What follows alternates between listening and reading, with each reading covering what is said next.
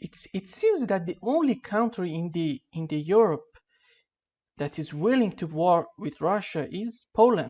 I don't understand why the Poles are so ready to fight Russians. How is it something in their history? Something in I Well, there's definitely, a lot of Poland used to be part of what was called Galicia. Galicia was part of the Austro-Hungarian Empire and also part of the Russian Empire. And it's a piece of territory that the two empires had fought back and forth over. So there's sort of an identity crisis with Poland on that. Um, at the end of the First World War, when the Austro-Hungarian Empire collapsed and the Russian Empire collapsed, the state of Poland was created. And it included a large chunk of territory where the city of Lvov is and other cities. Today we call it Western Ukraine, but at the time it was Poland.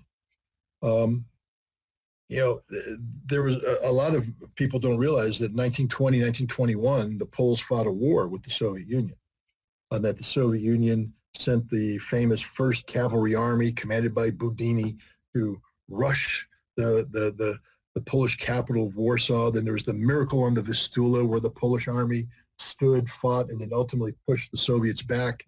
And they went beyond what we call Western Ukraine. They actually went on to capture Kiev and threaten, but they were forced to withdraw, only accept what they captured.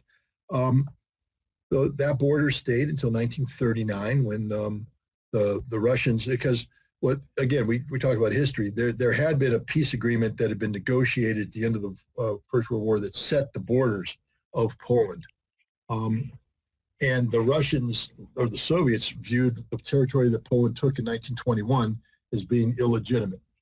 And so when the Germans invaded in September 1939, prior to that, they had a secret agreement with the Soviets, the Molotov-Ribbentrop Pact, which basically carved Poland up. And it gave that territory back to the Soviet Union. So what is now Western Ukraine was part of the Soviet Union. When the Germans invaded Russia, they took that back over, reincorporated it into a larger authority.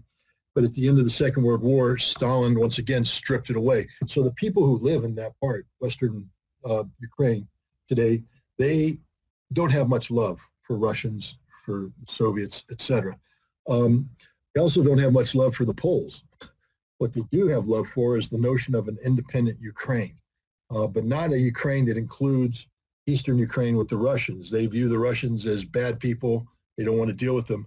They don't want to deal with Poles either. They want racial purity, racial harmony.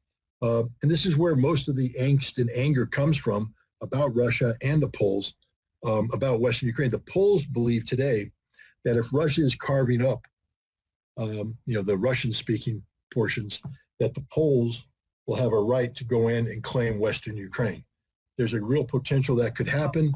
It's also, if that happens, there's a real potential that Belarus will join the conflict, because Belarus will not allow Poland to take Western Ukraine. So there will be a war. But that's where we're at. The Poles have a lot of historical animosity against the Soviets and the Russians. Unfortunately, this animosity is suicidal in nature because the Poles can't beat Russia. They won't beat Russia. They're trying. I mean, the Poles are sending thousands of their troops into Ukraine, disguised as Ukrainian soldiers, where they're fighting on the front line. They're not fooling anybody. The Russians have the dead bodies. The Russians have the passports. They know what's going on.